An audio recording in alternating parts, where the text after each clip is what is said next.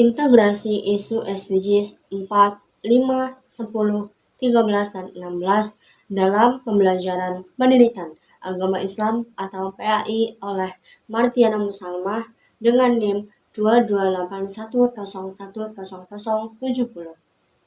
Tuh, para hadirin yang saya hormati, pada kesempatan ilmiah ini, saya akan sedikit memaparkan bagaimana pendidikan agama Islam ini sebagai disiplin ilmu normatif sekaligus praksis, yakni dapat berperan strategis dalam mewujudkan tujuan pembangunan berkelanjutan atau Sustainable Development Goals atau SDGs.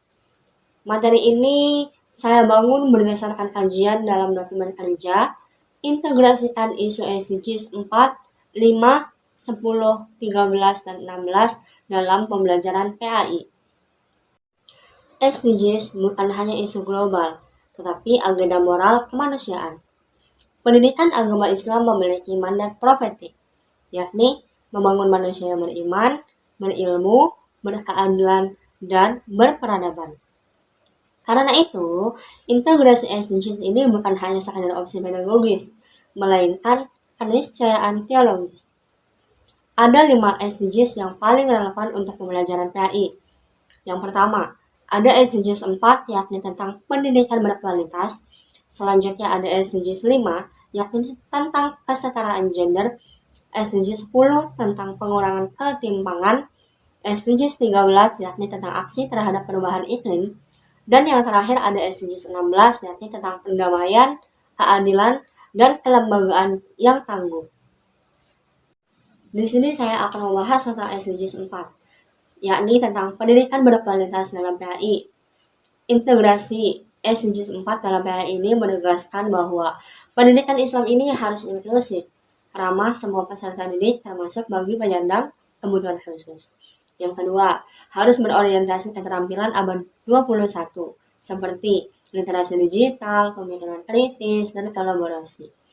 Yang ketiga, harus memanfaatkan educational research untuk membuka akses materi pembelajaran yang luas dan berkualitas. Yang terakhir, harus mendorong pendidikan berkeadilan melalui instrumen sosial keagamaan, seperti wakaf untuk pendidikan. Hasilnya, PAI ini tidak hanya mengajarkan akhlak, tetapi membentuk kapasitas belajar sepanjang hayat. Selanjutnya ada SDGs 5, yakni tentang kesetaraan gender. Melalui perspektif Islam, pembelajaran PAI sangat strategis dalam meneguhkan nilai kesetaraan gender. Poin-poin penting yang harus ditekankan adalah 1. Islam menghormati perempuan sebagai subjek peradaban. Contoh nyatanya seperti Khadijah radhiyallahu anhu dan Aisyah radhiyallahu anhu sebagai tokoh intelektual dan pemimpin. Yang kedua, PAI harus menghapus stereotip gender yang membatasi partisipasi perempuan dalam pendidikan dan ruang publik. Yang ketiga, pembelajaran berbasis proyek lintas gender dapat menumbuhkan kolaborasi, empati, dan sikap saling menghargai. Yang keempat, sekolah perlu membangun ruang aman dari kekerasan, diskriminasi, dan bullying berbasis gender.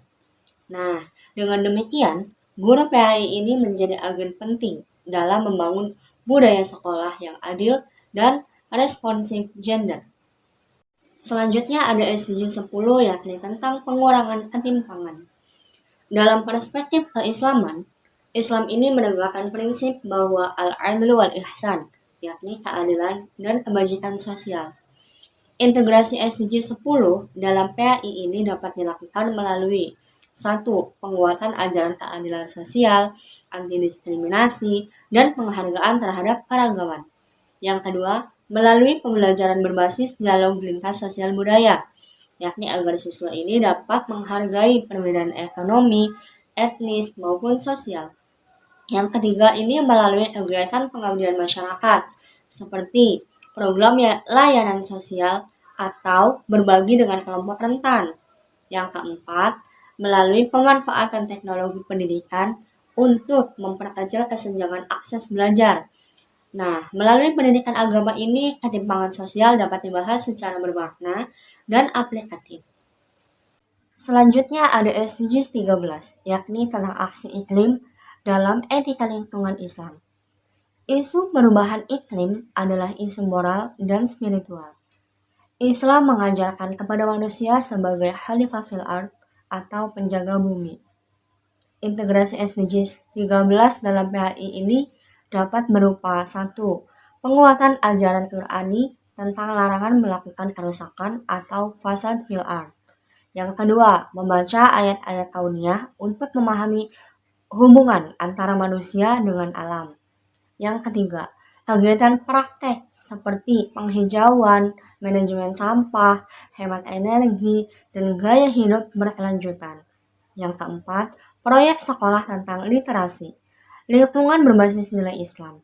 Dengan ini, peserta didik bukan hanya memahami konsep perubahan iklim, tetapi terdorong untuk melakukan aksi nyata. Oke, selanjutnya ada SDGs 16, yakni tentang perdamaian, keadilan, dan moderasi beragama.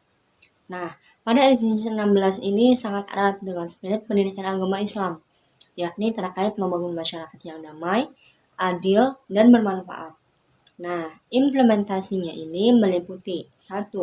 Pendidikan moderasi beragama, anti ekstremisme, dan anti kekerasan.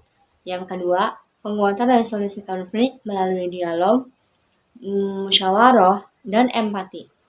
Yang ketiga, literasi kewargaan global atau global citizenship agar peserta didik ini mampu memahami peran mereka sebagai warga dunia.